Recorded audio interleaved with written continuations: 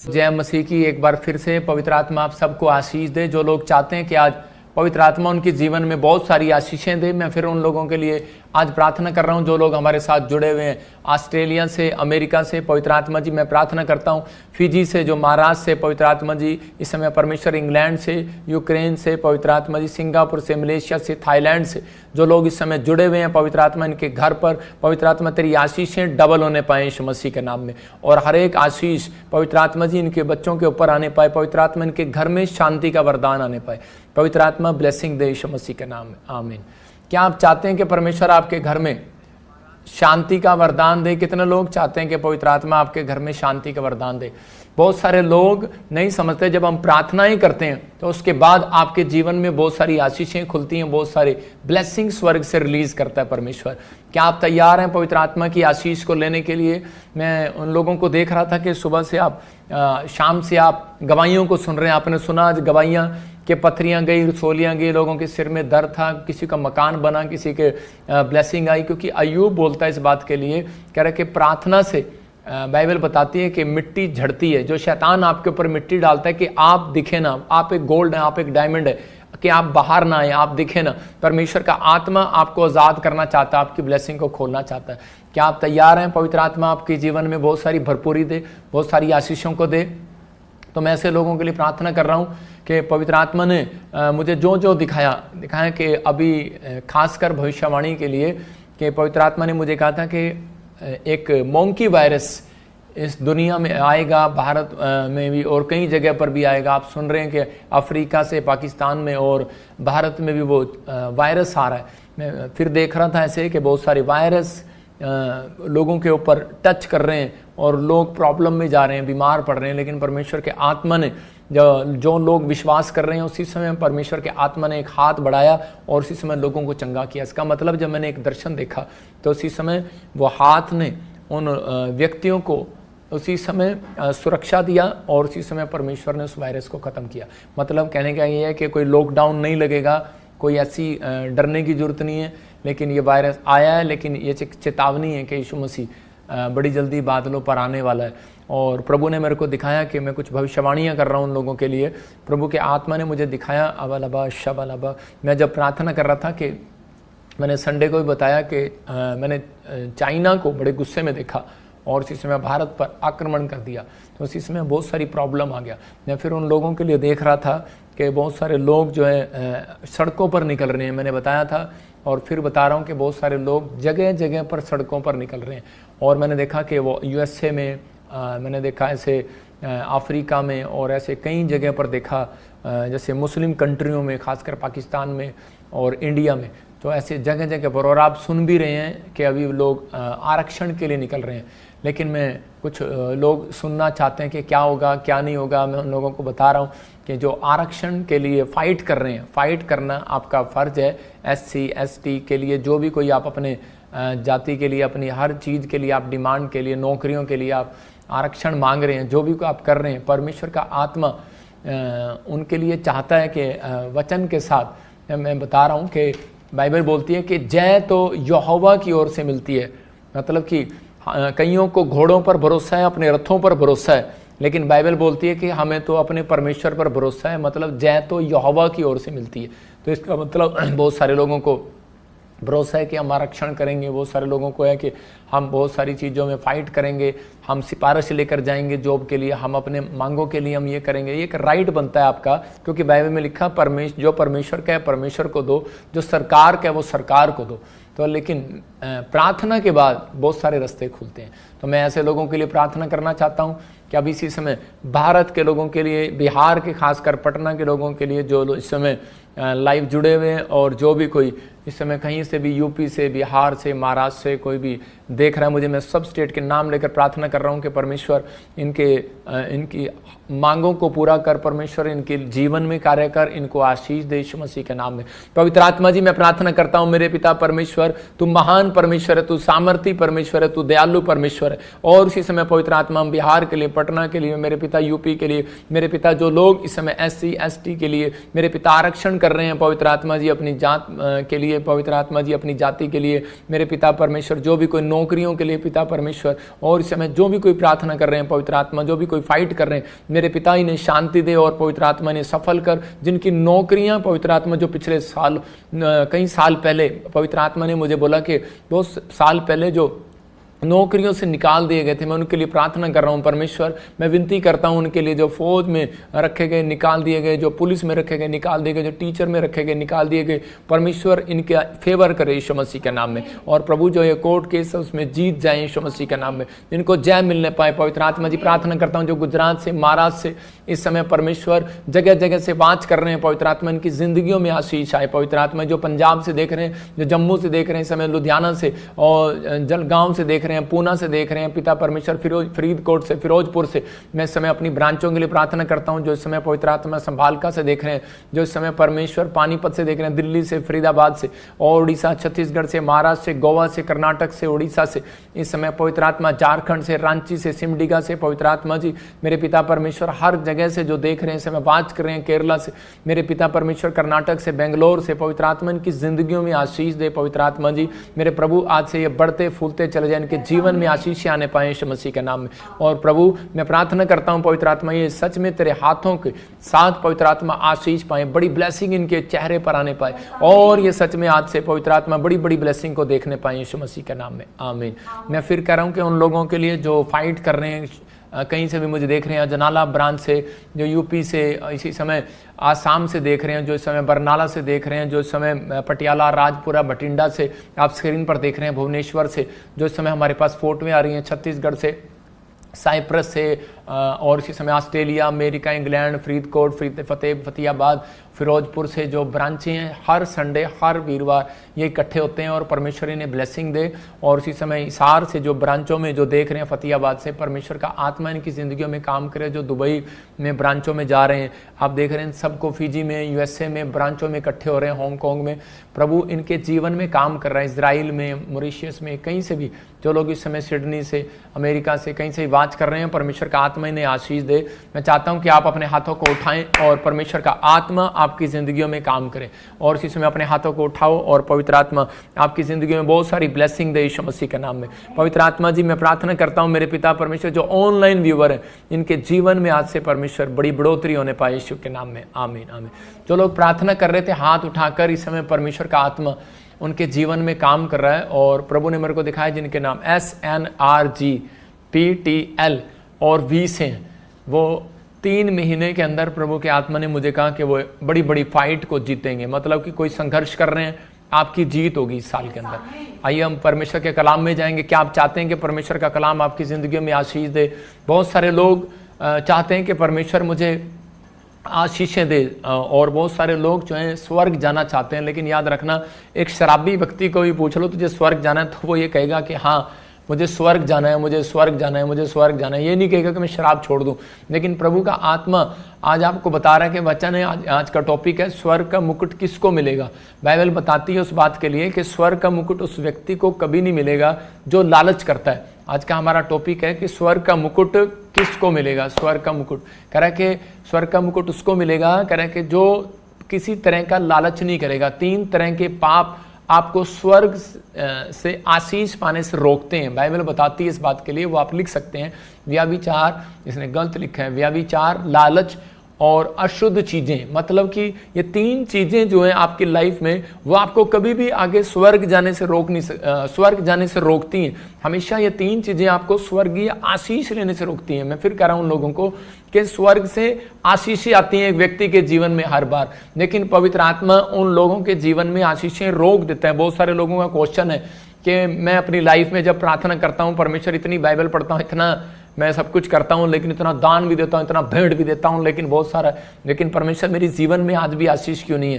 तो ये बात आप लिख लें। 3 तरह के पाप आपको स्वर्ग से आशीष पाने के लिए रोकते हैं। मतलब कि ये एक व्याभिचार, एक लालच और अशुद्ध चीजें, नशा, जो 2 अभी आपने अभी बच्चों के एक्ट देखा, वो क्या था कि एक वो व्याभिचार के ऊपर था और एक लालच के ऊपर था, नशे के ऊपर, कि हम बहुत बार जो है नशे में पड़े रहते हैं, लालच में पड़े रहते हैं, लेकिन बहुत सारे लोगों को नहीं मालूम जो लालच से दूर रहेगा स्वर्ग का मुकुट उसको मिलेगा, स्वर्ग की आशीषें उसको मिलेगा।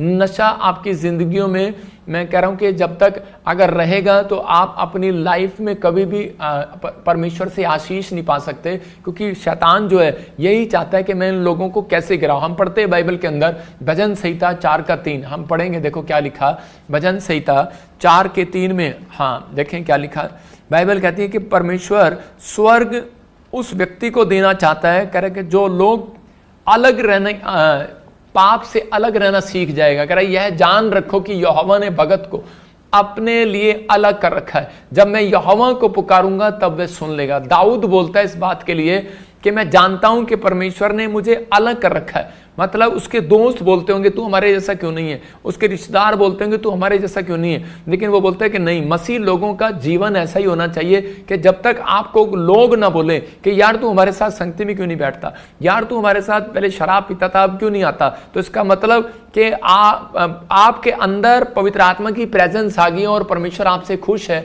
और बाइबल बताती है कि स्वर्ग का मुकुट आपसे दूर नहीं है, बहुत जल्दी आपको परमेश्वर देना चाहता है, वो स्वर्ग की आशीष आपको देना चाहता है, वो बरकत की आशीष आपको देना चाहता है। लेकिन हम कई बार जो है वो परमेश्वर से आशीष लेने के लिए कई बार हम सोचते हैं कि शायद पता नहीं परमेश्वर मेरी जिंदगी में काम करेगा या नहीं करेगा, मुझे आशीष मिलेगी या नहीं मिलेगी।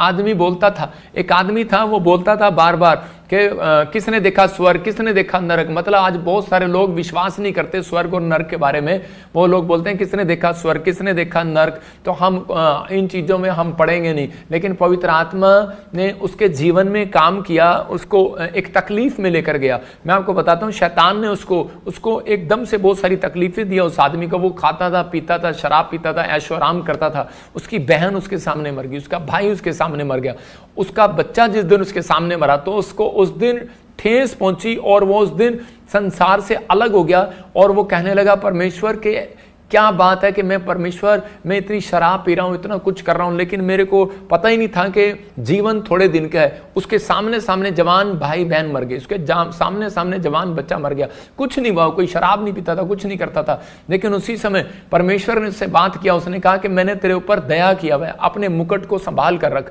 और उसी समय अपने कैरेक्टर को संभाल कर रख। मैं कह रहा हूं कि परमेश्वर आज भी आप लोगों के ऊपर कहता है कि वो मुकुट देना चाहता है। कह रहा है लेकिन किस व्यक्ति को आशीष मिलेगा जो अपने मुकुट को, कह रहा है कि अपने मुकुट को संभाल कर रखेगा, अपने कैरेक्टर को छीनने नहीं देगा। कहता आपको परमेश्वर ने स्वर्ग का मुकुट, कह रहा धरती पर आशीष का, शांति का, कह रहा है धन का, बरकत का, अच्छी सेहत का, स्वास्थ्य का आपके ऊपर मुकुट दिया हुआ है, लेकिन आपको उस मुकुट को पकड़ना है। हम बाइबल में देखते हैं प्रकाशित वाक्य 3:11 में क्या लिखा, वहां पर लिखा क्लियर, कह रहा है कि अगर जो कोई परमेश्वर से स्वर्ग का मुकुट पाना चाहता है तो कह रहा है कि वो अपने आप को रोके रहे।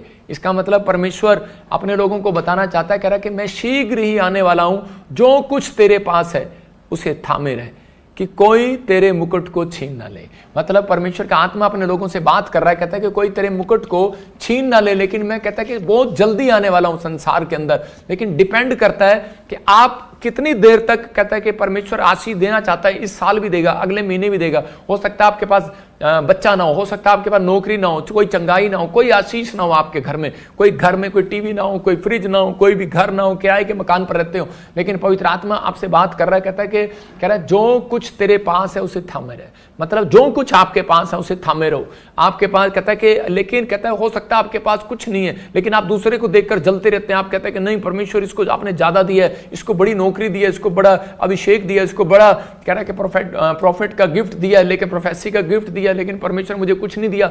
हो सकता है आपके पास बड़ी बुद्धि हो, लेकिन आपके सामने वाले के पास बुद्धि ना हो और वो चिंता कर रहा हो, लेकिन परमेश्वर का आत्मा कह रहा है जो कुछ है तेरे पास उसमें संतुष्ट रहे, उसे रोके रहे। मतलब अपने दिमाग को, अपने विचारों को, अपने मन को कंट्रोल में कर, कहता है कि ताकि तेरा कोई मुकुट न छीन ले। इसका मतलब शैतान आपकी स्वर्गीय आशीष और धरती की आशीषों को, मुकुट जो है वो छीनना चाहता है, वो आपकी आत्मिक आशीष छीनना चाहता है, क्योंकि उसको मालूम है, कह रहा है कि अगर ये थोड़ी चिंता करेंगे, थोड़ी परेशानियों में जाएंगे, थोड़ी समस्या में जाएंगे, तो उसी समय कह रहा है कि ये परमेश्वर को छोड़ देंगे। और उसी समय अय्यूब के जीवन में जब चिंताएं दी, उसके 10 परिवार के लोग जब मर गए, उसके ऊंट मर गए, मैं कह रहा हूं उसके बैल मर गए, और उसी समय उसके फाइनेंस में जब प्रॉब्लम आ गया, उसकी पत्नी भी छोड़कर चली गई, मतलब आत्मिक होते होते भी वो एक संसारिक औरत बन गई।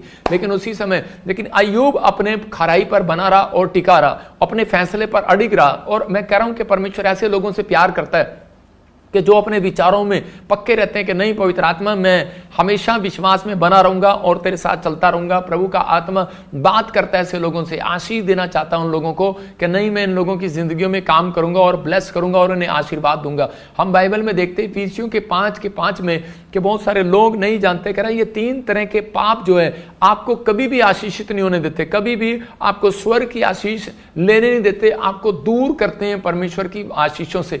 तो बाइबल बोलती है इफिसियों 5 में, क्योंकि तुम यह जानते हो कि किसी व्यभिचारी या अशुद्ध जन या लोभी मनुष्य को करके स्वर्ग में मिरास नहीं है उसकी, स्वर्ग में मिरास, स्वर्ग में जगह नहीं है उसकी। लेकिन यहां पर तीनों को क्या कहा, लालच को सबसे बड़ा पाप क्यों बताया गया? क्योंकि बहुत सारे लोग सोचते हैं शायद कि लालची है, ये पैसे के लालची है। पैसे का लालची नहीं, कहता है कि ज्यादातर कहता है कि जो व्यक्ति किसी भी चीज का लालच करता है, शराब का लालच, लड़की का लालच, तीसरा कहता है कि मूर्तियों का लालच, कहता है कि अगर आप मूर्ति पूजा छोड़कर, कहता है मिस्र देश को छोड़कर इजराइल में आ गए हो, लेकिन आपने क्या किया, लेकिन आज भी आप उस चीज में पाप में पड़े हुए, उसका लालच कर रहे हैं, तो उसी समय परमेश्वर का आत्मा बोलता है वो मूर्ति पूजा के बराबर है। आप समझते हैं कि नहीं? बेशक आप आत्मिक बन गए, आपने बैप्टिज्म ले लिया हो, लेकिन आपने बहुत सब कुछ कर लिया हो, लेकिन आज भी कई लोग मिस्र की मूर्तियों के बराबर हैं। याद रखना, क्योंकि परमेश्वर का वचन बोलता है, कहता है कि लोभी मनुष्य की विरास नहीं है, जगह नहीं है, मिरास नहीं है, परमेश्वर उसको पसंद नहीं करता। बहुत सारे लोग बोलते हैं कि पता नहीं परमेश्वर मेरी आशीषें क्यों रुकी हुई हैं, क्योंकि आप लोग आज से कहते हैं कि घमंड करते हैं और कहते हैं कि परमेश्वर हमने तो सब कुछ छोड़ दिया, अब तो हम अशुद्ध चीजों को ढूंढते नहीं है। लेकिन हमारे अंदर जब लालच की बातें चलती हैं, तब हम कई बार कहता है परमेश्वर की आशीषों से वंचित हो जाते हैं और परमेश्वर हमसे नाराज हो जाता है। मैं बाइबल से बता रहा हूं कि याकूब की पत्नी लालच करती थी और उसके अंदर एक लालच भरा हुआ था कि वो अपनी लाइफ में जो राहेल थी उसको, वो मूर्ति पूजा के देश से जुड़ी हुई थी और उसी समय उसके अंदर एक लालच था, क्योंकि उसकी मूर्तियों पर जो है वो गोल्ड की चीजें लगी हुई थी। और जब वो गोल्ड की चीजें लगी हुई थी तो वो उसी समय वो भूल गई कि एक दिन के वो प्रेग्नेंट है। तो उस समय जब याकूब को उसके मामा लोबान ने पूछा, मतलब उसके राहेल के जब बाप ने पूछा कि वो मूर्तियां कहाँ पर हैं, कहता है कि तेरे कोई चुरा कर ले आया। और उसी समय वो इतना प्यार करती थी उनसे, मतलब सोने से, और उसी समय वो सोने की मूर्तियों को उसके साथ, याकूब के साथ लेकर जाना चाहती थी जाते हुए अपने घर पर, अपने ससुराल में। लेकिन उस समय में उसने पूछा याकूब से कि वो मूर्तियां कहाँ पर हैं और तू चोरी करके लाया। तो उसी समय याकूब भी अपने आप को रोक नहीं पाया। मैं लोग बता रहा हूं कि उन बात के लिए कुछ बातें हमारे जीवन में, हमारे बोल हमें अशुद्ध करते हैं, कई बार हमारे मन के बहम हमें अशुद्ध करते हैं, कई बार हमारे विचार हमें अशुद्ध करते हैं। लेकिन यहां पर कह रहा है कि इसकी जुबान ने, याकूब की जुबान ने उसकी पत्नी को शुद्ध कर दिया।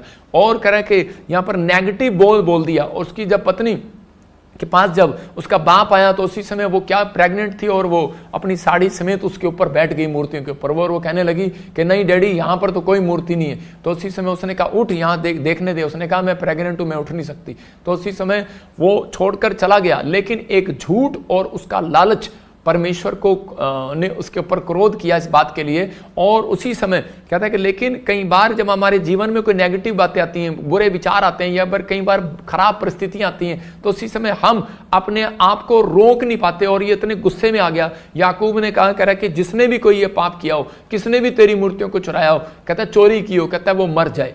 और उसी समय वो नहीं जानता था कि उसी की पत्नी वो मूर्तियां चुरा लाई है। और उसी समय थोड़े दिन के बाद जब उसने बच्चे को पैदा किया तो पैदा करते ही वो औरत मर गई। लेकिन याकूब को बाद में समझ में आया कि मेरी पत्नी का लालच, कह रहा है एक गोल्ड का लालच, कहते कि वो मूर्तियों का लालच कहते उस मेरी पत्नी की जान ले गया। लेकिन बाद में वो शर्मिंदा हुआ, कहता कि मैं ऐसी परिस्थितियों में मैंने क्या किया, ऐसी परिस्थितियों में जब कोई बीमारी आती है, जो कोई कर्जा आता है, कोई बैड न्यूज आती है, तो उसी समय हम अपना भरोसा परमेश्वर से हटाकर हम उसी समय ऐसा ध्यान कर लेते हैं और नेगेटिव हो जाते हैं। और शैतान चाहता है इनके मुकुट को छीन ले, इनके विचारों को छीन ले, जो उन्होंने फैसला लिया है कि मैं अब गंदे विचार मुंह से नहीं बोलूंगा, मैं अब नेगेटिव बातें नहीं बोलूंगा, मैं अब पॉजिटिव रहूंगा, मैं अब बुरे विचार में नहीं जाऊंगा, बुरी संगति में नहीं जाऊंगा। तो वो आपको छीनना चाहता है उस चीज से। जो आपने समर्पण किया वो आपके समर्पण को छीनना चाहता है। जब आपने बैप्टिज्म लिया, अंगीकार किया, तो आपके अंगीकार को छीनना चाहता है। तो उसी समय उसने उससे छीन लिया और ऐसी परिस्थिति उसके सामने लाया कि उसने गुस्से में नेगेटिव बात बोली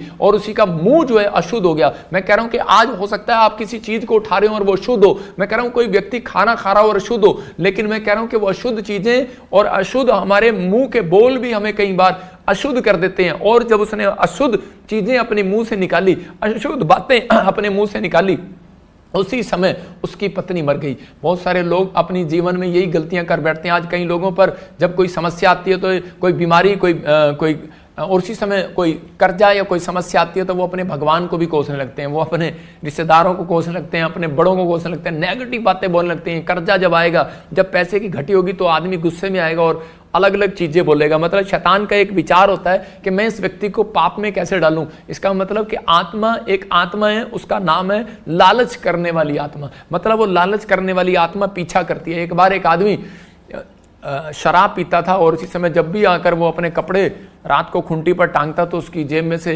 हजारों रुपए चोरी हो जाते। और उसी समय वो 2 बार 3 बार 4 बार देखा उसने। एक दिन वो तंग आ गया और कहने लगा, कहता जिसने मेरी करे कि उसको इतना प्यार था पैसों से और उसकी पत्नी को भी इतना प्यार था पैसों से, और उसी समय उसकी पत्नी उसके पैसे निकाल लिया करती थी और वो अपने पैसों को लेकर शराब से इतना प्यार था, इतना लालच था उसको शराब का कि उसको शराब पीनी है।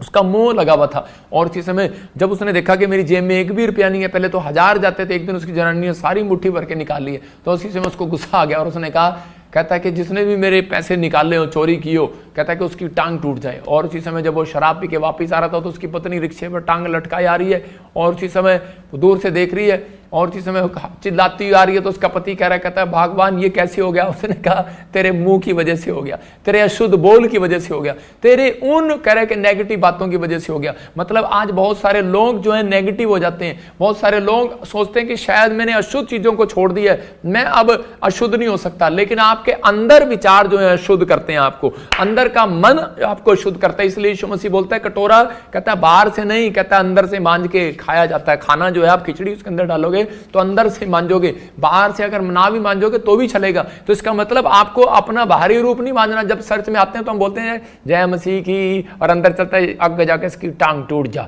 मतलब अंदर ये चलता है। ऊपर से हमें क्या करना है कि जैसे अभी ये भी बड़ी अच्छी बैठी है सती सावित्री बन के, लेकिन ऊपर से अच्छा लग रही हो और अंदर से किसी से ईर्ष्या कर रही हो, लड़की से कोई जलन कर रही हो। मैं कह रहा हूं कोई भी आप ऐसी बातें कर रहे हो, लेकिन परमेश्वर का आत्मा वहां पर वास नहीं करता। याद रखना कि वो व्यक्ति कहता है कि कभी भी स्वर्ग की आशीषों को नहीं ले सकता, लेकिन आपको अपने मुकुट को संभाल कर रखना पड़ेगा। इसलिए पवित्र आत्मा चाहता है, कहता है कि आप अपने मुकुट को छीनने ना दें, अपनी आशीषों को छीनने ना दें। इसलिए क्योंकि उसको मालूम है, कह रहे मैंने इनकी आशीष को कैसे छीनना है, क्योंकि वो आपका मुकुट क्या है। मैंने फिर बताया आपका मुकुट है कि आपका खराई पर चलना, आपका सच्चाई पर चलना, आपका पवित्रताई पर चलना, आपका अड़े रहना और खड़े रहना, और आपका प्रार्थना करना, आपका एक लेवल से दूसरे लेवल पर जाना, कहता है कि आपका खराई है। कहता है कि जब आप करते हैं तो परमेश्वर का आत्मा कह रहा है कि आपकी जिंदगियों में लालच करने वाली आत्मा आपका पीछा नहीं करती। लेकिन अगर आपने अपने कैरेक्टर को, अपने मुकुट को संभाल कर रखा, अपने चरित्र को, आपका चरित्र आपका मुकुट होना चाहिए। मैं कह रहा हूं कि कोई ये नहीं कि सोने का मुकुट डाल लो और आपको कि देखो परमेश्वर ने मुझे मुकुट दिया।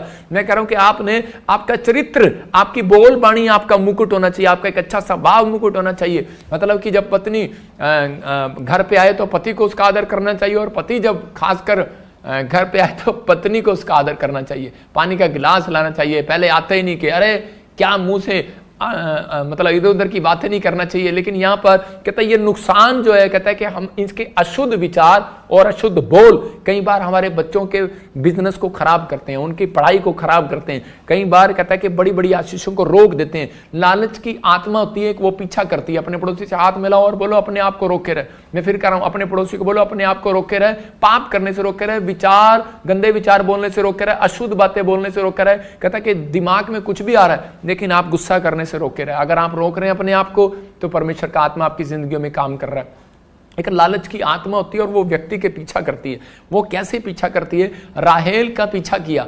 राहेल कहता याकूब की पत्नी का उसने पीछा किया और जब तक पीछा किया उसका, जब तक वो मर नहीं गई, जब तक उससे छूट नहीं बुलवाया, जब उसके चरित्र को, उसके मुकुट को छीन नहीं लिया और वो मर गई। लेकिन आजकल की औरतें लालच करती हैं बच्चों के लिए, मेरा बच्चा कब, मेरे बच्चे को प्रॉपर्टी मिलेगी या नहीं मिलेगी।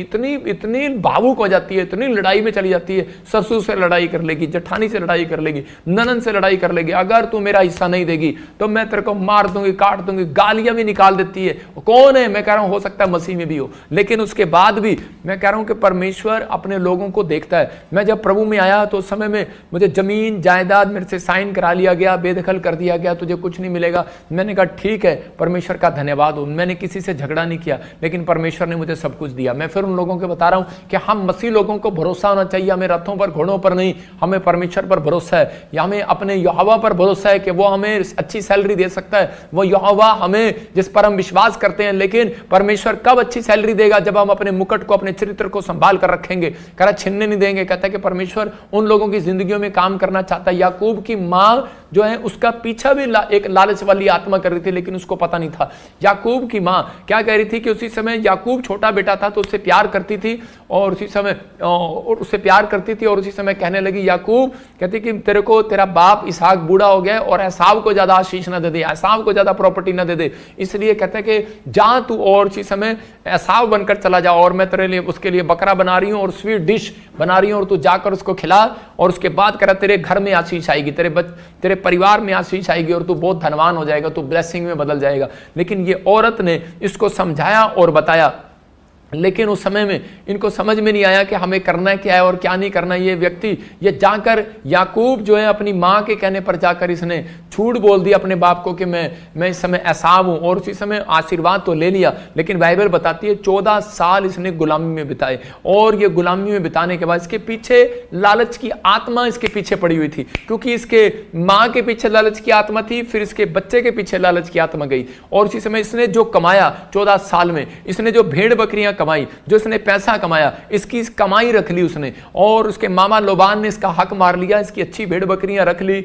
इसके जानवर जो अच्छे थे रख लिए, और उसी समय जो दुधारू पशु होता था वो उठा कर ले जाता था, जो बांझ होते थे वो उसको दे दिया करता था। तो उसी समय ये रोने लगा, दुखी हो गया और कहना मैंने आज तक कहता कोई झूठ नहीं बोला, चोरी नहीं किया, पाप नहीं किया। कहता मैं अपनी तंगी में, अपनी गरीबी में, अपने हालातों में, ऐसी सिचुएशन में हो सकता था याकूब जो है कहता वहां से छोड़कर भाग सकता था, कह रहा कि गुलामी से भाग सकता था, लालच कर सकता था, भाग सकता था, मार सकता था, लेकिन वो जानता था, कह रहा कि मैं अपने मामा को नहीं मारूंगा, मैं कोई लालच नहीं करूंगा, मैं कोई चोरी नहीं करूंगा, मैं कोई ठगी नहीं करूंगा, मैं शॉर्टकट अमीर बनने की कोशिश नहीं करूंगा, मैं परमेश्वर पर भरोसा रखूंगा, क्योंकि पहले मैं गलती करके आया हूं, दोबारा नहीं करूंगा। इसको मालूम था, इसलिए 14 साल इसने परमेश्वर की भक्ति में बिता दिए, क्योंकि जानता था परमेश्वर का वचन बोलता है भजन संहिता का 4:3 के परमेश्वर ने अपने भक्त को संसार से अलग कर रखा है, अपने लिए अलग कर रखा है, जानता था और ये भरोसा रखता रहा, कहता कि जो मैंने गलतियां की है वो नहीं करूंगा। लेकिन ये प्रार्थना करता रहा, और उसी समय जब इसने प्रार्थना किया तो परमेश्वर के आत्मा ने उसी समय इससे बात किया, और परमेश्वर ने कहा